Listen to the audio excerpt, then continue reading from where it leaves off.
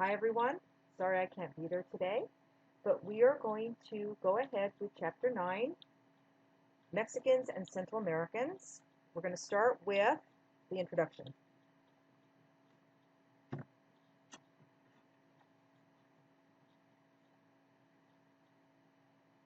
Hispanics comprise 17% of the total population of the United States. They are not one single cultural group.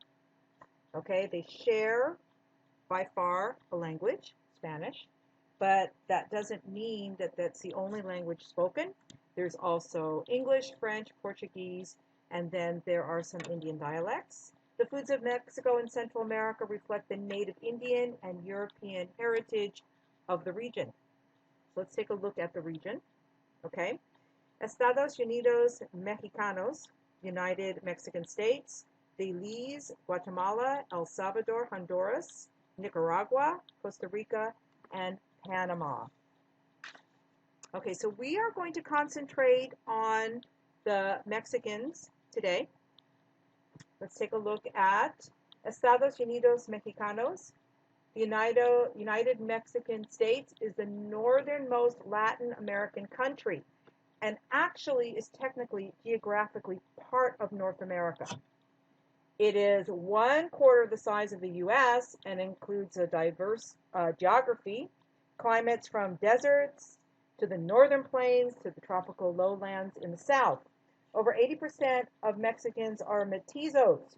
That means they are of mixed Indian and Spanish ancestry. And in Mexico, Spanish is the official language. Okay, so classification of Mexicans living in America and their descendants. Okay, Chicanos, they were born here.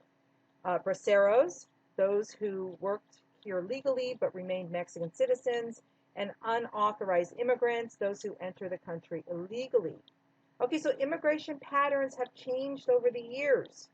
Okay, since the Mexican-American War of 1948 actually established a border between the two countries, Mexicans have lived in the Southwest for hundreds of years prior to actually the American independence of 1776.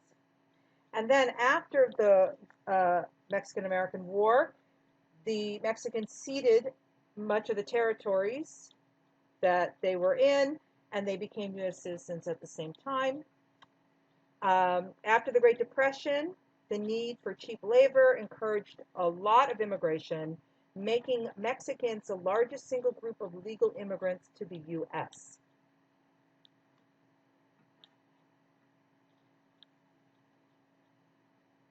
Okay, so the majority of Mexican Americans live in California, Texas, and Arizona. Okay, so in Arizona, they may be called Spanish Americans or Hispano. And in Texas, they could be called Tejano. Okay, current settlement patterns are more nationwide. So 80% of all Mexican immigrants settle in San Diego, Los Angeles, San Antonio, Chicago, and recently Dallas, Houston, Las Vegas, Minneapolis, New York, and Phoenix. Okay, many recent immigrants, whether they're legal or not, settle in Latino neighborhoods in the urban areas, often called barrios. In 2009, which is the most recent the book has statistics for, Mexican Americans accounted for 75% of the increase in the Hispanic community, or 59% of the Latino population. A lot of times what happens is when we get statistics for the Hispanic or Latino population, they're sort of clouded by the overwhelming majority of Mexicans that are being surveyed.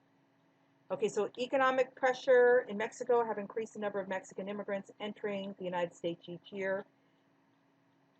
Many are attempting to flee life-threatening poverty. Okay, Mexican Americans and unauthorized migrants frequently live in culturally homogenous communities. As I mentioned before, they would be the urban barrios. There is the concept of La Raza, which means the people, which was first promoted in the 60s as sort of like a pride and solidarity movement. Some Chicanos are completely assimilated, okay? Okay, but many proudly maintain some aspect of their heritage and ethnic identity. speaking Spanish, and enjoying Mexican food and music. Okay, so the majority of Americans of Mexican descent are Roman Catholics. Those that are not are another type of Protestantism. Traditional religious ceremonies are important. Baptism, communion, confirmation, marriage, and novenas, 9 days of prayer for the deceased. There is a strong faith in the will of God that influences many immigrants from Mexico and how they perceive the world. Okay, many believe they have no control over their own fate. Okay, so the Mexican American family is the most important social unit in the community. Family becomes before the individual, and children are cherished. The father is the head of the household, and he is the primary decision maker and wage earner. Machismo, which kind of is defined as manhood, is the word for pride and self-worth, and a man feels this by fulfilling his obligations and duty to the family and the community. The mother is the homemaker, providing childcare and holding the family together. Women are expected to be subservient to their husbands. And in the U.S., this role is somewhat changing, not completely. Okay, half of all Mexican American women work outside the home. However, there is this conflict because their duties in the home remain constant. Okay, so there's been no change to that. Okay, traditional health beliefs and practices. Indian supernatural rituals are combined with European folk medicine. Health is a gift from God. Okay, if there is an illness, it's first discussed with senoras and abuelas, the mothers, the grandmothers, the wives, etc. If there is an illness, it's almost always due to outside forces, unless it's a punishment from God. The individual must endure the illness, okay, as it is inevitable. And prayer is appropriate. You can beseech saints. You can light candles, making pilgrimage to religious shrines. Okay.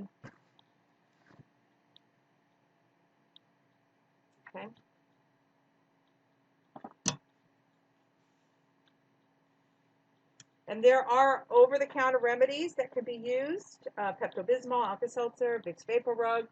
Okay, teas. If a cure is not found, and Ubero, herbalist, or Sobador, massage or occupational therapist, or a Patia, a midwife, may be consulted. Herbal remedies, homeopathic cures, and amulets are available at Botanicas. And if the illness is unresponsive, the next step would be cuandero or cuanderas are going to be consulted. They're traditional healers who work to counteract the supernatural. Okay, they will use prayer, faith, and cleansing rituals.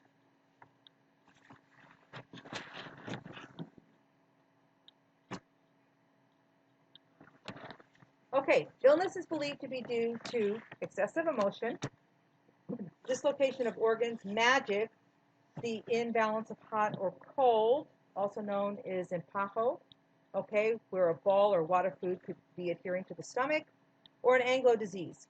So susto is an ailment due to excessive emotion that could be anger or shame. Espanto, viles, envidia, nervios are all due to excessive emotions. Okay, Mexican culinary heritage is a unique blend of native and European foods, prepared with Indian, mostly Aztec and Spanish cooking techniques. Okay, so the Aztecs raised corn as a staple grain.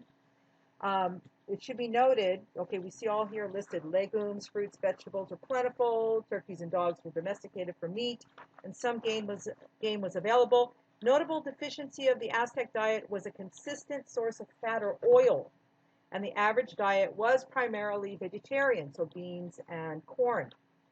Spanish contributions were combined with indigenous ingredients. So what did the Spanish bring? Cinnamon, garlic, onions, rice, sugarcane, wheat, and hogs. Okay, the latter a reliable source of domesticated protein and that fat that was missing. Okay, in other words, lard. The producing once it was combined with indigenous foods, it produced some of the classic flavors and foods of Mexican cuisine. Okay, corn tortillas with pork filling, tomato chili, onion sauces and salsas, rice and beans, and the distillation of alcohol. So tequila and mezcal.